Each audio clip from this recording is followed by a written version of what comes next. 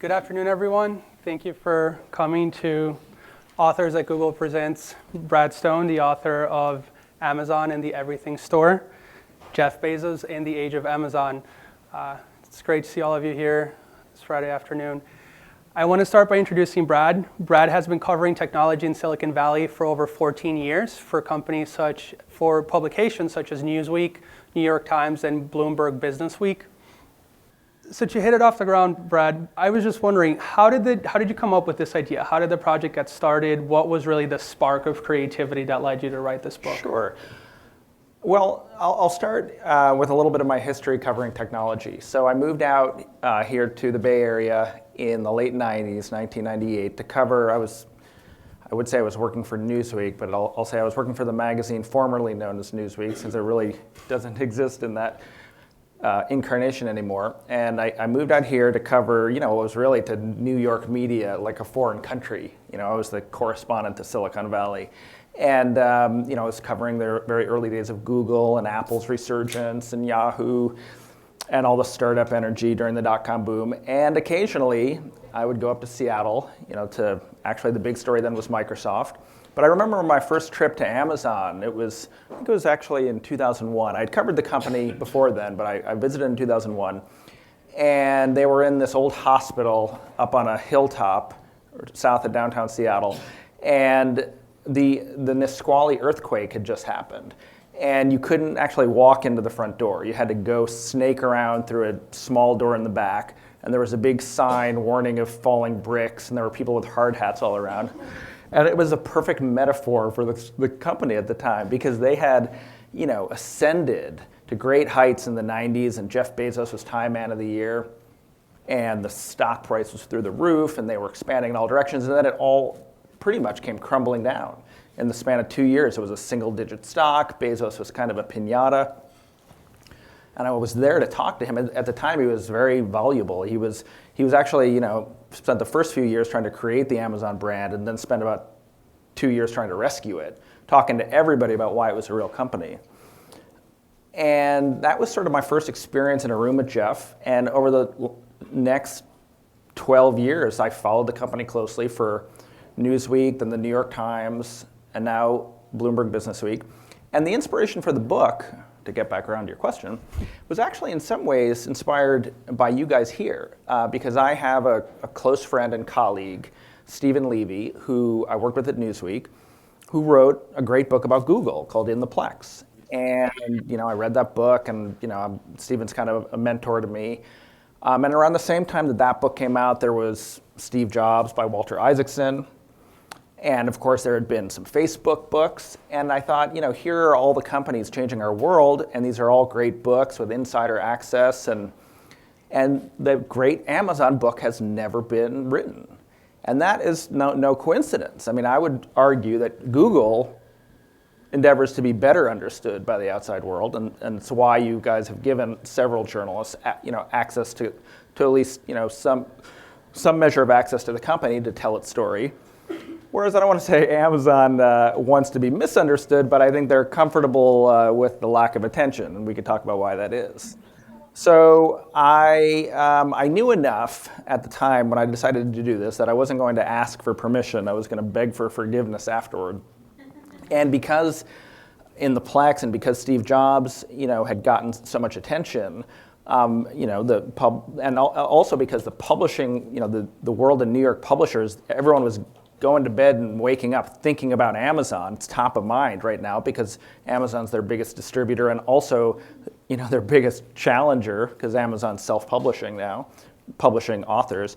I got some interest in the book, and then I went to talk to Jeff and tell them I was doing it. And as a result, I got a pretty good measure of cooperation. He allowed me to talk to family members and friends and Amazon senior executives, while remaining pretty arm's length himself, because extraordinarily, he said it was too early to tell the Amazon story, which, when you think about how much they've accomplished over 2 decades, is I think, insightful as to his ambitions. But I drew on my many conversations with him over the years, and the result is the book. I wanted to start with this idea that I've been thinking a lot about recently after having read the book, and it's the title, it's the Everything Store. And I think here at Google, we're a search company first, and not only a search company, but that's our bread and butter. And do you believe that there would ever be a point where, if there truly were a single store, virtual or otherwise, that sold everything on Earth, would it just become too much for consumers? Would there kind of be a trend in the opposite direction? Would it just...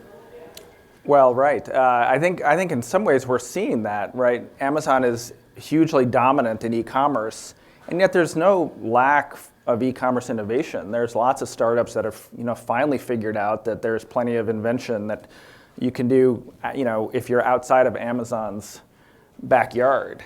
But it's interesting, why has it become the everything store? Why is it not just a retailer, but why do they sell digital products and hardware and now enterprise services with the cloud business? And that's Jeff. He's just so relentless in driving into new markets and finding new opportunities for Amazon, in part because they had to.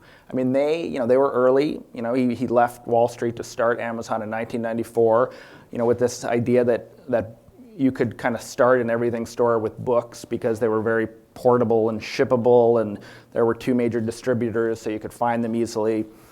And it worked, but it wasn't a great business. And when he started expanding, it wasn't a great business. And even though they raised a lot of money, they were really never all that profitable in the early years.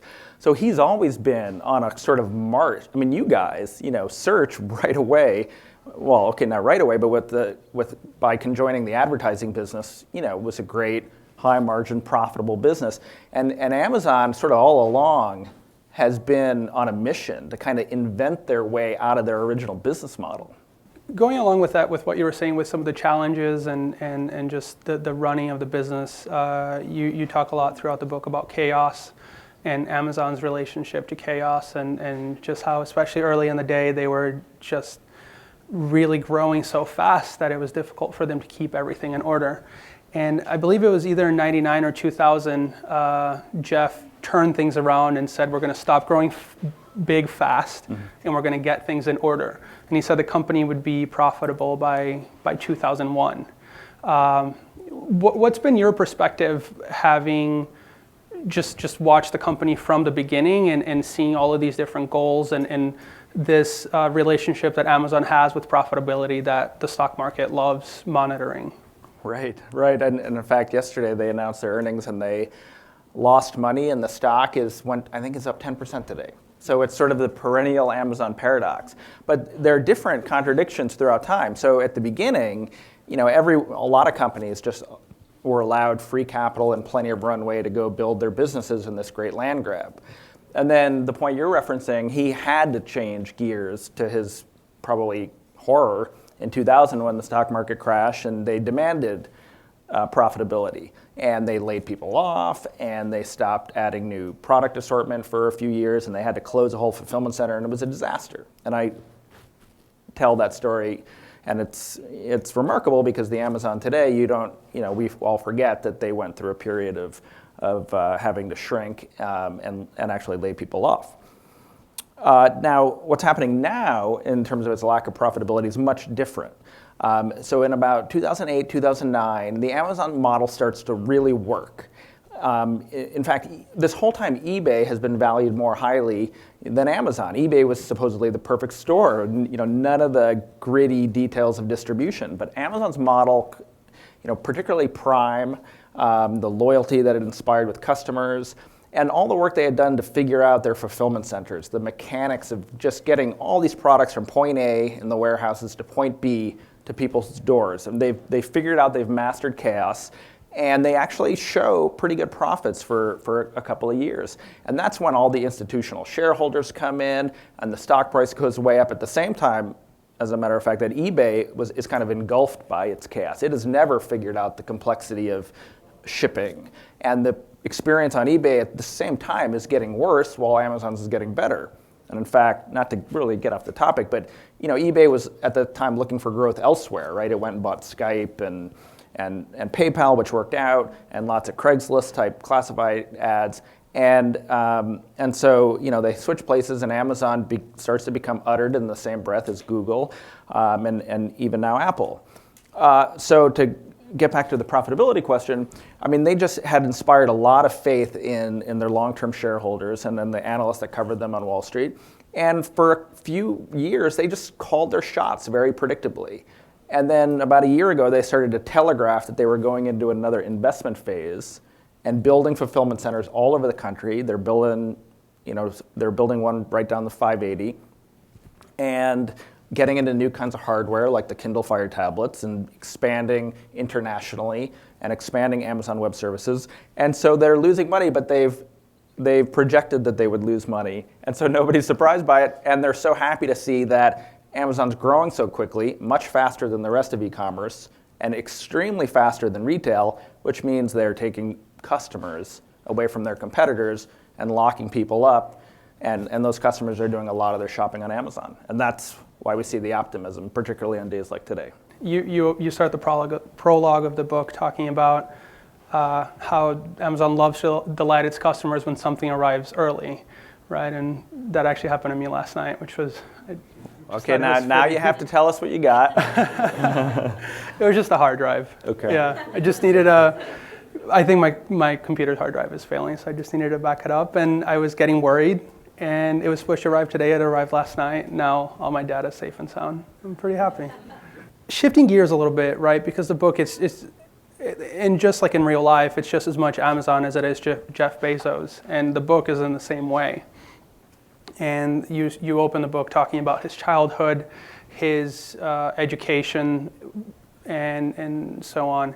I was just left wondering, during his years at D.E. Shaw, when he first had the idea to start Amazon, when he saw this tsunami that was the internet coming, you wisely, I think, never in the book said whether you thought he saw something that nobody else did, or if he was just at the right place at the right time. How much was it circumstance and how much was it him? And these are intertwined, but I just wanted to ask you your thoughts. Absolutely. And your opinions. Good question. I think it was both. And the reason that Chapter 1, so the prologue of the book starts with an account of he's in sixth grade at a school, and there was actually a woman that wrote a book about that school, and he's referred to as a pseudonym, with a pseudonym named Tim, and so it was just this incredible account of this visionary figure as a 12th grader. But Chapter 1 is D.E. Shaw, and the reason I started there is because it is an extraordinary hedge fund. It is one of the first quantitative hedge funds, so using computers and algorithms to make, to trade stocks and bonds. But David Shaw, who's a former computer science professor at Columbia, he sees the internet coming far sooner than anyone, and he also has a very different vision of D.E. Shaw, not as a hedge fund, but as a technology company whose kind of first business is financial instruments. And it's because he has that vision that he's hiring, not just Wall Street guys like Bezos, who had been at Bankers Trust and a few other, Wall Street institutions, but like lots of generalists. In fact, Jeff's wife worked at D.E. Shaw, and she was an English major. And he really had this vision that, they would expand. And so in 1993, they've got these very early reports that about how the internet is expanding and how kind of web protocol is jumping up, vis-a-vis other internet tools at the time. And he starts meeting with Bezos. Shaw and Bezos are meeting weekly to brainstorm the next business for D.E. Shaw. And they're brainstorming a lot of internet ideas. And one of the ideas discussed at the time is Juno, which is one of the first free email services and a predecessor to Gmail. And Farsight Financial Services comes out of D.E. Shaw. That's kind of an E-Trade of the mid-90s. It was acquired, I think, by Merrill Lynch. And then they are roughly speaking about this idea called the everything store, which is actually why I titled the book that. And it's this just vague notion at the time that maybe the internet can be an intermediary to sell any kind of product. And I don't think they went any farther than that. But Jeff then went off on his own and decided, you probably can't do anything right away, but you should, focus on one thing and be great at that. And as we discussed before, why he selected books. So I think it was in large part the culture there and the environment. And he's gone and tried to recreate something similar at Amazon. But it was also obviously, without him, there's no company, because it's then his relentlessness and focus and complete unwillingness to blink in the in moments of the company's history when all his senior execs, almost all of them leave, and the world thinks that he's an idiot, and the company's stock is in the tank.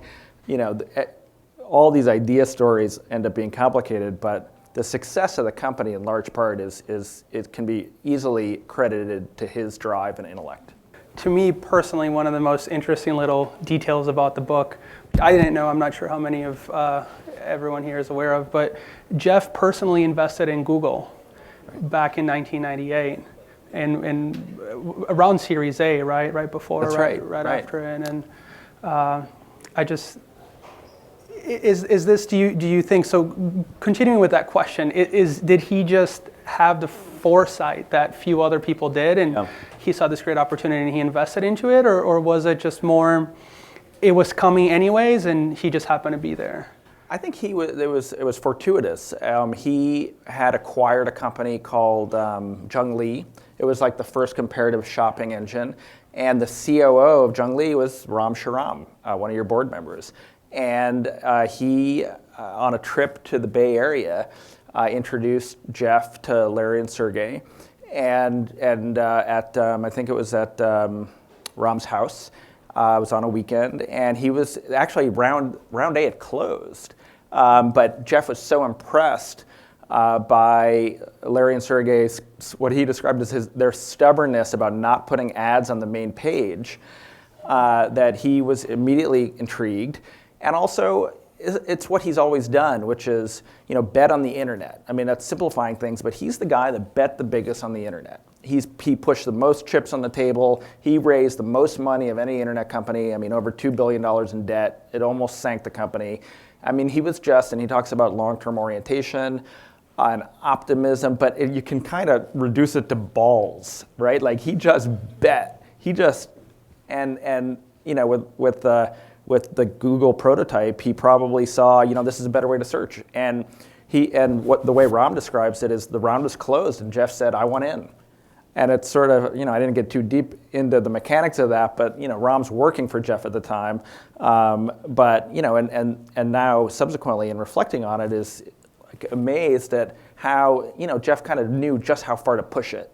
And in fact, the round was reopened and Jeff was able to invest, and no one, and he won't say, and likely nobody knows if he owns any stock, Google stock. I would imagine that he probably sold it after the IPO. But it's one of those quirks of history, and I think it's interesting that you bring it up because I think it's insightful about his character. It's fairly well known that Amazon doesn't necessarily provide too many perks to their employees. Employees have to pay for parking. They have to pay for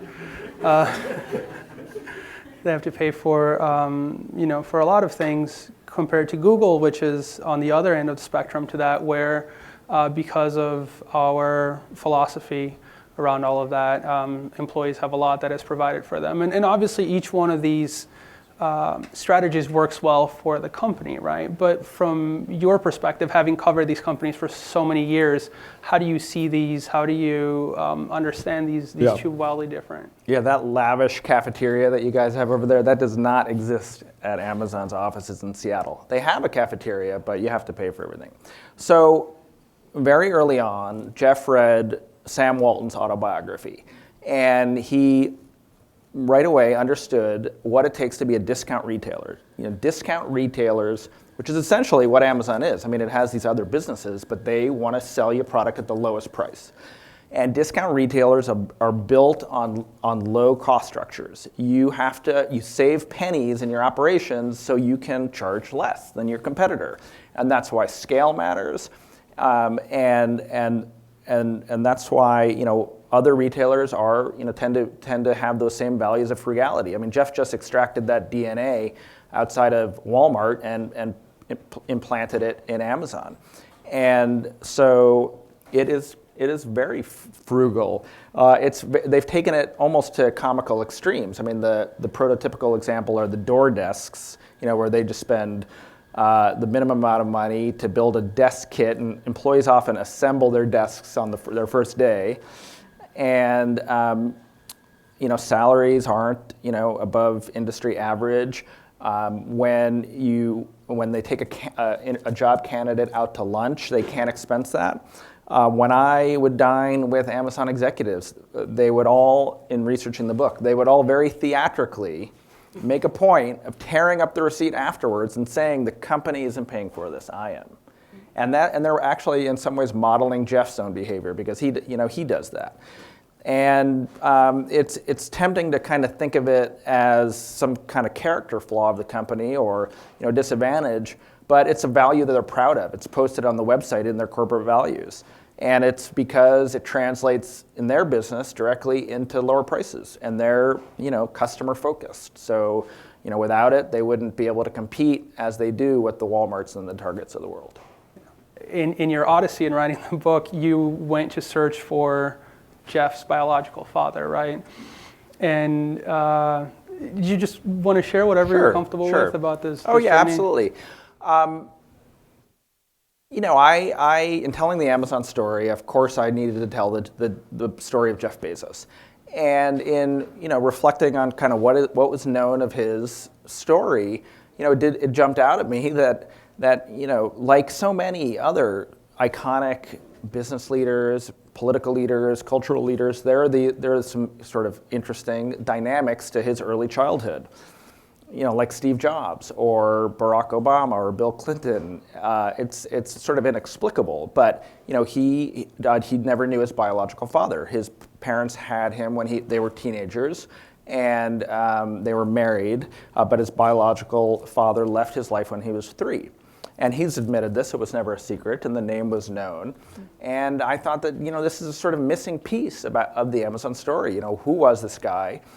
And did he, in some way, did the circumstances of his childhood lead him to be such a unique and relentless figure? He's an unusual person, so where does that come from? So long story short, I, decided to try to find this guy. And the first thing I did was I was searching newspaper archives in the 1960s in Albuquerque, New Mexico, which is where he was born. And I found, to my utter astonishment, that this guy was part of a unicycle troupe that traveled the country, and they were in circuses, which, if you remember the years when Jeff was inseparable with his Segway, was a really bizarre coincidence. Was there some sort of genetic predisposition to wheeled vehicles? I didn't know. So I found him running a bike store outside of Phoenix, and I went to visit him. And it turned out, to my surprise, that he hadn't known what had happened to his son. That he lost track of the family. Jeff's mom remarried, and they changed her name to Bezos. And he had lost track and had spent his whole life wondering what had happened to the kid that he had when he was 18 years old.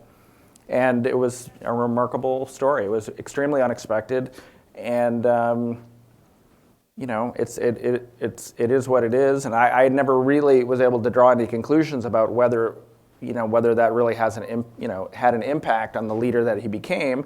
But I think if you're someone like Jeff Bezos, you've changed the world in numerous ways. You've changed the way the world shops and the way the world reads, and increasingly the way startups are run. It's like people want to know where you came from, and in a way, I felt like it was a necessary story to tell. So I'm curious to know, you've covered Jeff all throughout his life, or about every period of his life. We hear stories about Bill Gates and how he was the first ones kind of in high school to have a computer club, and that's how it triggered his passion for technology. And Steve Jobs and his kind of search for kind of perfection. What is it that drives Jeff to be the character that he is today? Kind of very frugal, very driven, very focused. Mentioned kind of in a similar vein as the biological father, but what other parts? What ultimately drives him? Right. Yeah. What historical events or what? Right. Well, I think there are a number of things. I'll pick out a couple. One is he was a huge fan of Star Trek. Paid a lot of attention to the Apollo moon missions growing up, and developed an extreme passion for space. And in fact, when he was valedictorian of his high school in Miami, his speech was about creating human colonies in space. And some of his friends from high school said, that he always wanted to be wealthy. He was always very driven, and the end goal was always to be able to finance some kind of space exploration, which sounds wacky, but he's actually doing it. He's got another company called Blue Origin based in the Seattle area, and they're building rockets. Another technological kind of inspiration is, so in the prologue, when I'm describing this old account of his life in middle school, he's a sixth grader, they have very much like Bill Gates, they've got a computer, like a teletype computer donated by a local company, and he is, leading the group of sixth graders in playing with this computer. Like, clearly, for so many of that generation, a very formative experience. But in terms of what drives him today, I think what he would say is building, an enduring company and an enduring customer-focused company. And maybe what his critics would say is it's, being the last man standing and the smartest guy in the room and outwitting rivals. And look, he's competitive also, so I think it's a combination of those two things. If someone walked up to you and wasn't familiar with the company and they said, hey, Brad, Amazon, what do they do? What is your response to that? Amazon is in the business of selling everything from physical goods, all the way from books to furniture and lawn chairs and huge, 2-ton safes to digital products, from digital music and ebooks to streaming video, to things that we don't even think of as products to be sold, enterprise services, storage and compute cycles. So it's really, in some ways, like this extreme distributor on steroids or retailer that's in the business of selling its customers everything and anything, and doing so, at extremely competitive low prices, and using the momentum of its business and all the cash that it generates to just relentlessly expand. I think that's another kind of key point that I would try to get into that explanation, and is that this is a company on the move, that it is going blob-like in almost every conceivable direction. It's pretty amazing. International expansion, product categories. They just started selling art. They're selling apparel. The devices, obviously, as you guys know, not just the Kindle and Kindle Fire tablets, but maybe soon a set-top box, maybe soon a phone, all of course, with the help of Google and its open-source Android operating system. So a restless company, and one that, even though it might take on new forms, will still ultimately be in the business of selling things. How do you compare him to other, past American business leaders like Henry Ford and others? What are some of the similarities? I'm not sure if you've looked at similarities, and obviously the world is different, so you have to but what things are similar today and what are very different? I think the points of comparison that I would be, most qualified to make, because I haven't done a lot of historical research, but I've covered technology for 15 years.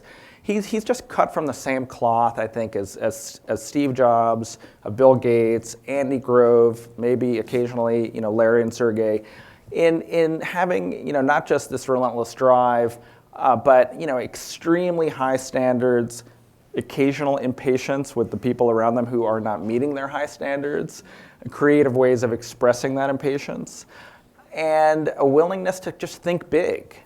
And that's obviously, what's happening here at Google. And although I would say it's interesting, Amazon's moonshots are sort of all in the, in the purview of kind of Jeff's own independent activities. And so, of course, Blue Origin and the Clock of the Long Now, and he recently went and bought the Washington Post company. So very much like, that kind of small handful of technology leaders. A lot of similarities. It can be uncomfortable to work with him, to work for him, but it's probably why Amazon's so successful, because he's never allowed anyone to rest on their laurels or to treat Amazon like a country club. You don't coast at Amazon. They're working pretty hard up there. So you've used the word relentless many times, and I've heard that word used before, but you also used a phrase that really caught my attention, which is a refusal to blink in the face of naysayers, basically. Is there any? Have you found any point at which that began to emerge? Was it when he was a sixth grader, or was it earlier or later?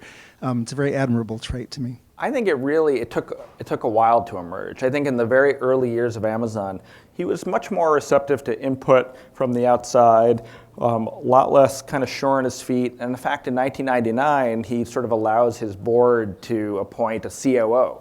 It's this one 10-month experiment in Amazon's history that does not work out. And I tell that story in the book too.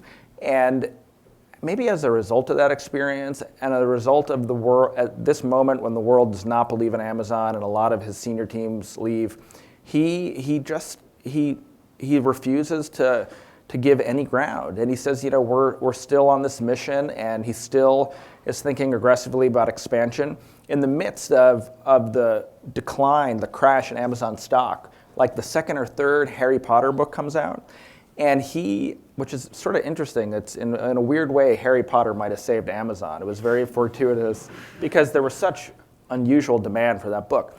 But so Amazon's finances are a mess. They're driving towards profitability, and he basically says, we're going to deliver this book on the Saturday that it comes out, and we're not going to charge anyone. We're going to give everyone the free 2-day shipping, and we're not going to charge extra for it.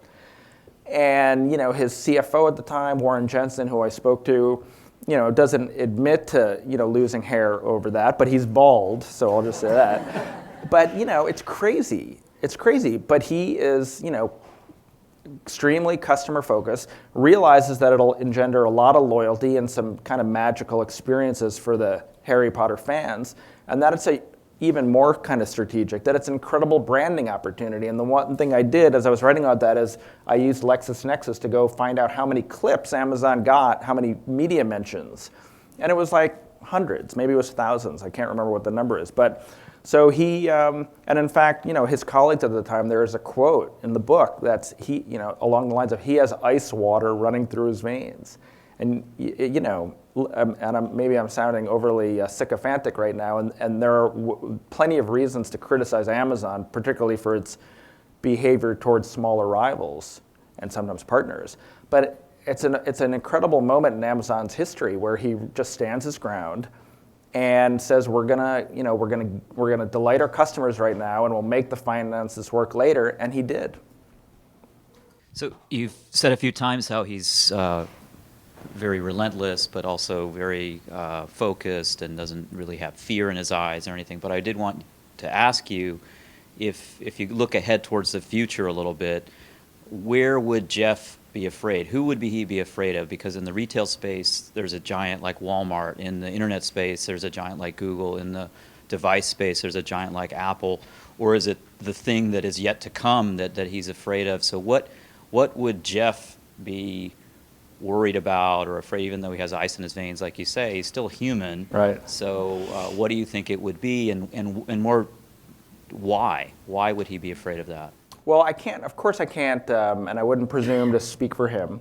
And I know what he would say if we asked him that, which is that he would say that Amazon is customer focused and not competitor focused, that they pay attention to what customers do, but it's not where they put their attention. And frankly, I'm not sure I completely buy that, because there are plenty of examples in Amazon's history where they clearly feared an upstart. And the Zappos story, which I tell in the book, is a great example, and the diapers.com story is another good example, where these e-commerce companies kind of achieve breakaway velocity, in the case of Zappos with a very flexible brand and a great customer experience. So in those cases, I think they started to really pay attention to companies that were kind of out Amazoning Amazon in other product categories, in shoes for Zappos, in kind of diapers and other household goods where Amazon wasn't so strong at the time.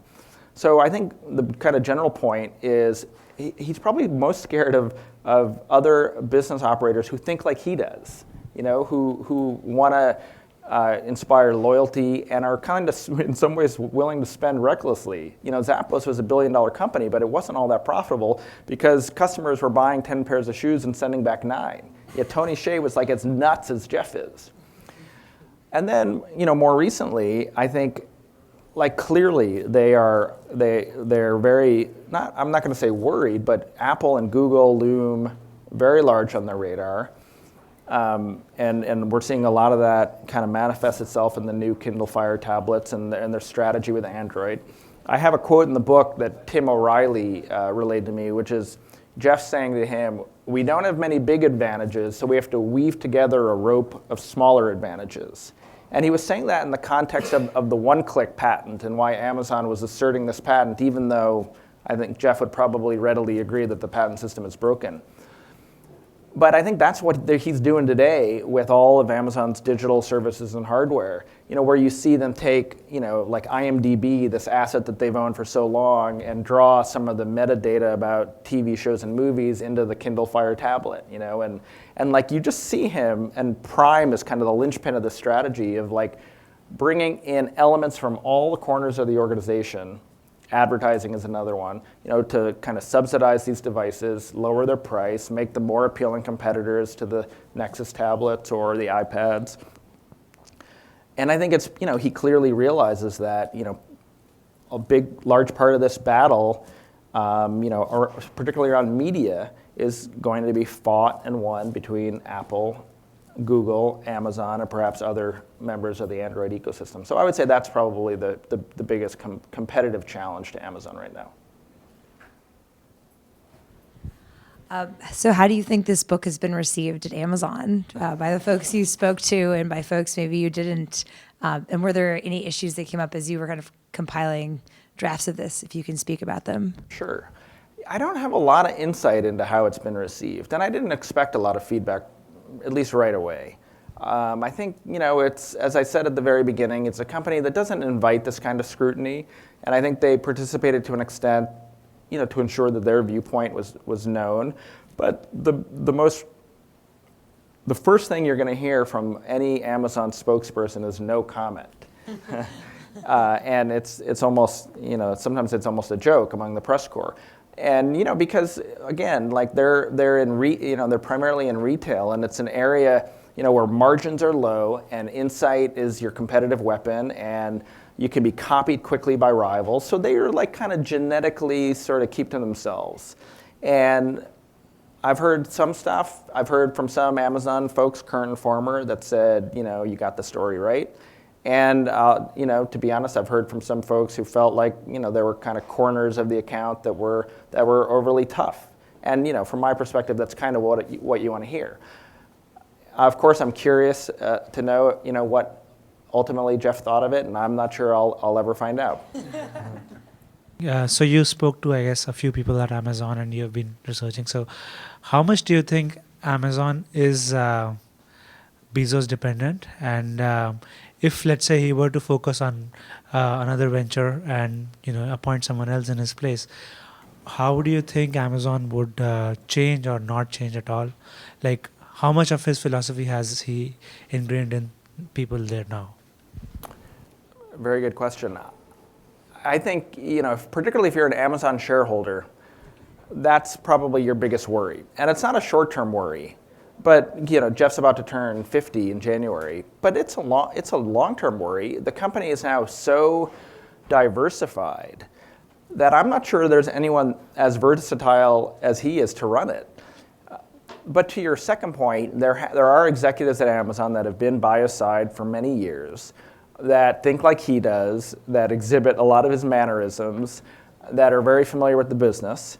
And that's Jeff Wilke, who runs the North American consumer businesses, and Andy Jassy, who runs Amazon Web Services, and Diego Piacentini, who came from Apple and runs the international businesses at Amazon. I mean, there's, even though there is a lot of turnover in the lower and middle ranks of Amazon, the upper ranks have remained relatively stable since the period I referred to, during the dot-com bust when there was major churn.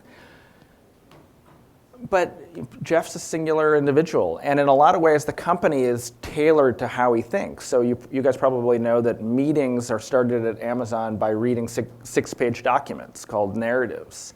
And that's because that is how he prefers to digest information. He's kind of trained everyone around him, the entire company, to do that as well. but it really is tailored toward him. And I describe it in the last chapter of the book, the company as a series of chessboards all perfectly aligned so that he can play as many games as possible at once. So, when you lose your chess master, your grandmaster, it has to be replaced. And as we've seen at Apple, another company that was kind of tailored towards one individual and how he thinks, the transition is never easy. A question around the future you mentioned after a couple of decades, Jeff said it's too early to tell the story. Is there any way you can kind of project out into the future and paint a picture about what that second half of the story might look like, where they're going, what his biggest moonshot ambitions are for Amazon? Well, first I'll say that I don't think it is too early. I just think that's what he says to kind of keep authors at bay. It's a convenient, sort of trope and sort of like a stiff arm to anybody that's trying to get too close to the company. But what does the future hold? I mean, I think the goal is Walmart's scale in terms of the retail business. So I'm not even sure what Walmart's revenues were last year, but let's say it's $300 billion, and Amazon's on track to make $75 billion this year. So they still have a long way to go.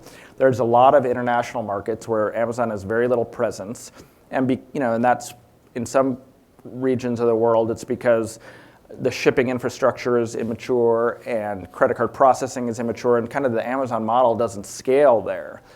And then there are other parts of the world, I think Mexico and India and maybe Brazil, where they've chosen to kind of use the Kindle business as a Trojan horse and start their ebook and maybe in some cases their digital businesses there. So they're expanding. So I think at one point, the answer to your question is Amazon is a global business, with a Walmart-like footprint. And as to other parts of the business, like digital, I just think there's no limit to the ambition. So it'll be phones, it'll be tablets, it'll be set-top boxes. It might be Amazon Glass at some point. I don't know. They'll probably call it something else. But I mean, when you think about it, for Jeff, that's customers walking into a store with their glasses and seeing the Amazon price on every product. That's pretty scary now that I think about it. But he's expansive in his vision and loves the technology, and so I'm sure he sees a lot of opportunity probably almost everywhere, but particularly in the hardware business and in Amazon's Lab 126 operations here in Silicon Valley. Awesome. Thank you guys.